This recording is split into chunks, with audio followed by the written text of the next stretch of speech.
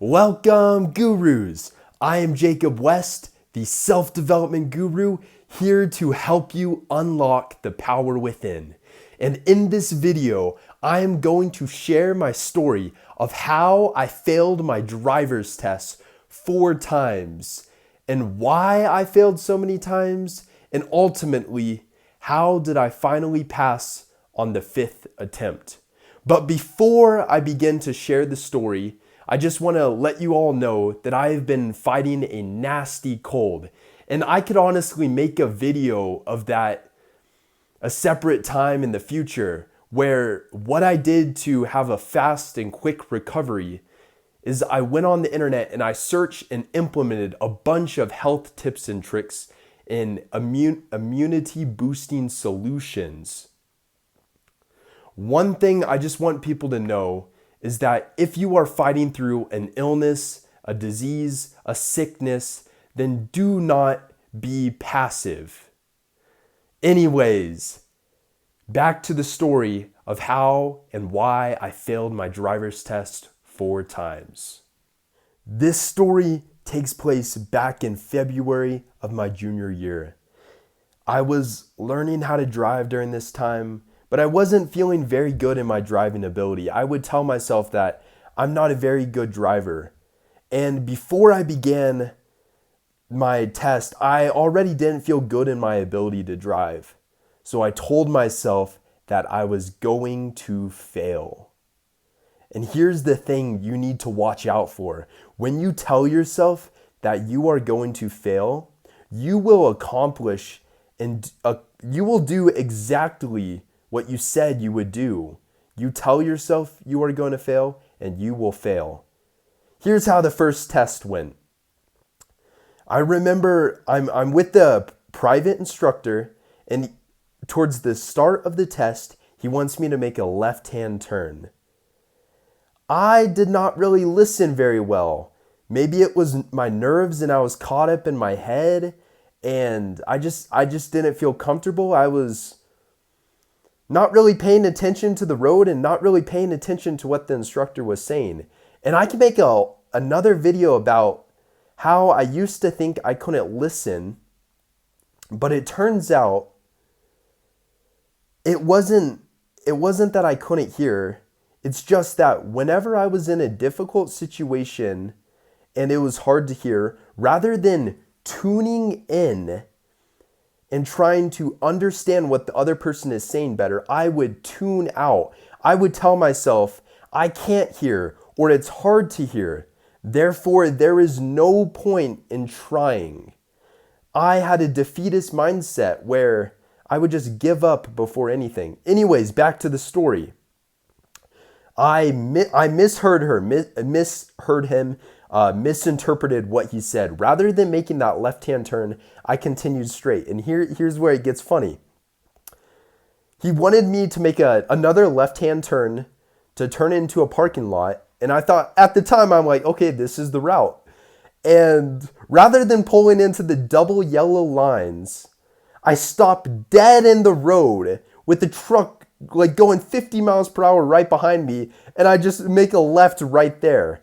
And I didn't realize that the truck and my instructor were freaking out. I thought everything was fine. I'm like, okay, I'm doing pretty good so far. And we continued the route and I make a few more mistakes. And I'm not going to lie, this test, I really messed up quite a bit. But we get to the end and I'm thinking like, yes, I rocked it. I'm going to pass. And my instructor tells me that he points out all the things that I did wrong. And my mom drives me home and I am miserable. I feel so defeated. I am like crying hard, just feeling like a complete failure. And I was even crying to the point where snot started oozing out of my nose and pooling into my hands. And as we arrived home, my mom is trying to reassure me and tell me that everything is okay. And as she gets out of the car and goes inside, I sit in the car and I lean back the passenger seat. I take the seatbelt and I try to tie it around my neck. This is how worthless I felt at the time. And I'm just trying to see if I can hang myself and end it all. It's very dramatic, but That's truly how I felt. I felt so pathetic in that moment. Little did I know that wouldn't be the first time I would fail. There would be another and another and another. And by telling myself that I was going to fail at the start of that test, I enabled a self-fulfilling prophecy. One that I would not get rid of until I consciously put an effort towards getting rid of that prophecy. But here's how the second attempt went. Rather than doing it through a private instructor, as I did for my first attempt, I went to the DMV. And I did pretty good for the test, but there became a point where I was making a left-hand turn. Yes, a left-hand turn. And the instructor said I cut it too close. The car was heading towards me, and all I had to do was make a clean left-hand turn, and they said I should have given them more space. And then, boom, automatic fail. And then I go on to my third attempt. This is at a different DMV. I'm going through a school zone, doing pretty good, but right towards the end of the school zone, I speed up a little bit too much.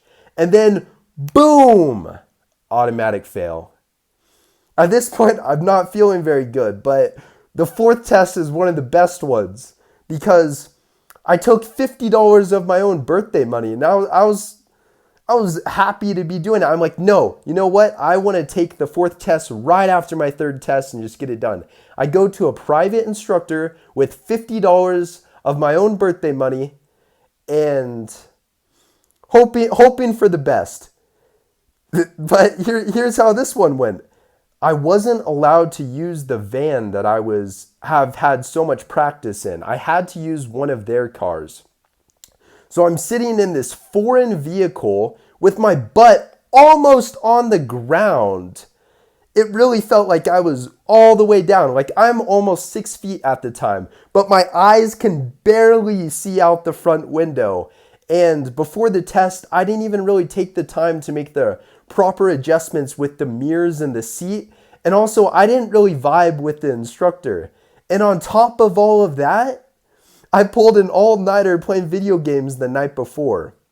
So I'm in a foreign vehicle with an instructor I'm not really getting along with, without the proper adjustments to the seat and the mirror, and I'm very sleep deprived. You can imagine how this test went. Well, it turns out just like any other test, I'm like, yes, I crushed it. Well, the instructor pointed out that because my seat was low and I wasn't feeling comfortable, I was driving on the other side of the road. I was in the other lane, partially in the other lane. And man, that one's really funny. That one I made quite a few mistakes and just failed hard. But at this point, my own mother is kind of giving up on me, and she's saying like, well, it seems like you're never going to get a license. Driving isn't made out for you. But here's where the big change happened before my fifth test. At this point, I had quite a bit of driving experience, and I was starting to feel pretty competent in my ability to drive. And with competence comes confidence.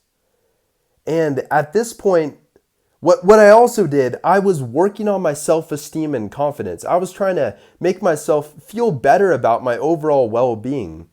And when I took the fifth test, I nearly got a perfect score because I was finally telling myself that I can do it. Rather than going into the test and telling myself, Jacob, you are going to fail, I told myself, I can do this. I have taken note of all the mistakes I made in my previous tests, and I have worked on those areas. I can do this. And I did it. And now, onto the lessons of this story. Growing up, I had a huge, toxic, negative inner voice. And driving was one of those activities where it really revealed to me just how big of a negative, toxic inner voice I had.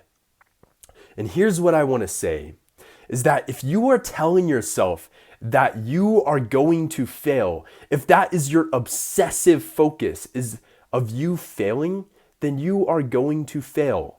If you are calling yourself a worthless piece of shit that is bound to be a failure, then you will accomplish exactly what you said. You will be a worthless piece of shit that is bound to be a failure. You are so powerful that the narrative you are playing inside of your head will turn into your reality. That means you are so powerful that you also have the ability to change that narrative, just like I did. And I have two ways to change that narrative. The first is to upgrade your mindset and your belief systems, which in turn will upgrade your daily practices and your day-to-day systems. The second is to upgrade your day-to-day systems and your daily practices, which over time will upgrade your mindset and your belief system. Both reinforce one another. There is a quote out there that says, competence breeds confidence. And I do agree with this quote, but I would also say the opposite is true. Confidence breeds competence. By being more competent in areas, better at doing things, and capable of doing more things, you will generate and build up more confidence. And by being more confident and feeling more good about yourself and more sure of yourself, you will be more willing to make risk and seek out uncomfortable situations and build and improve those skills. So while competence breeds confidence, confidence also breeds competence. My one key takeaway is that there are two methods. There are two ways to combat and overcome this toxic, negative inner voice. The first way is to become aware of the toxic, negative inner voice and convert it into a positive, empowering, uplifting inner voice. Change the narrative. The second is to ignore the toxic, negative inner voice. And by ignoring it, you just keep on pushing forward and doing what you're doing. And over time, your fruits of your labor will speak for itself. You will overcome that negative voice. That negative, toxic inner voice will become less and less because you are proving to yourself that you can do this. You may not believe that you can, but by continually just putting yourself out there and no matter what, pushing on, eventually you prove to yourself that you can. Thank you for watching this video. Have a blessed day. And as always, stay strong.